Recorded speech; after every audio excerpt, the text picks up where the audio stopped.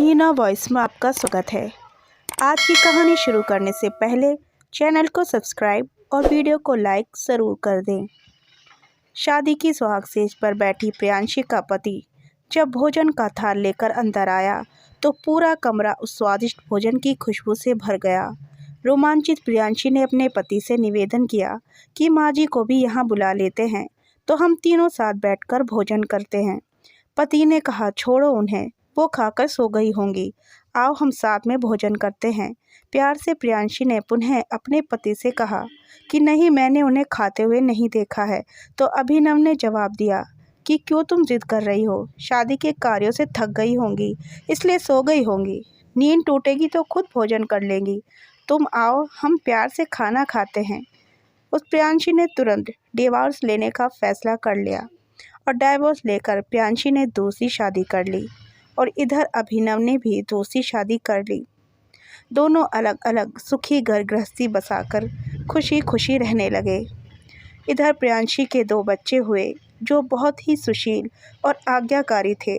जब वह प्रियांशी 60 वर्ष की हुई तो वह बेटों की बोली, मैं चारों धाम की यात्रा करना चाहती हूँ ताकि तुम्हारे सुखमय जीवन के लिए प्रार्थना कर सकूं।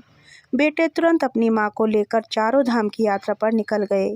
एक जगह तीनों माँ बेटे भोजन के लिए रुके और बेटे भोजन परोसकर माँ से खाने की विनती करने लगे।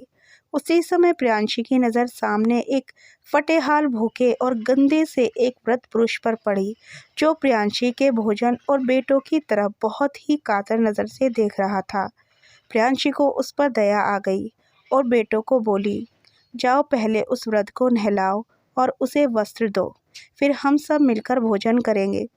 बेटे जब उस वृद्ध को नहलाकर कपड़े पहनाकर अपनी माँ के सामने लाए तो वह आश्चर्यचकित रह गई।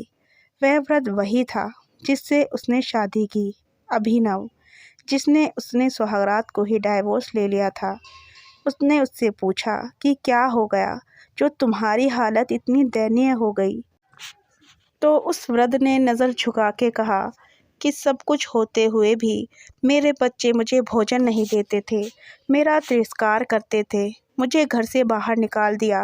प्रियांशी ने उस अभिनव से कहा कि इस बात का अंदाज़ा तो मुझे तुम्हारे साथ सुहागरात को ही हो गया था, जब तुमने पहले अपनी बूढ़ी माँ को भोजन कराने के बजाय उस स्वादिष्ट भोजन की थाल लेकर मेरे कमरे में आ गए और मेरे बार बार कहने के बावजूद भी आपने अपनी माँ का तिरस्कार किया।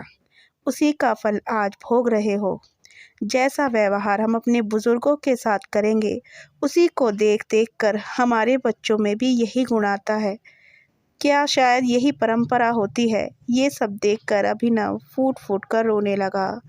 तो आप अपने माँ बाप के साथ कैसा व्यवहार करते हैं, अच्छा या बुरा, हमें कमेंट में ज़रूर बताएं। कहानी अच्छी लगी हो तो वीडियो को लाइक और चैनल को सब्सक्राइब ज़रूर करें।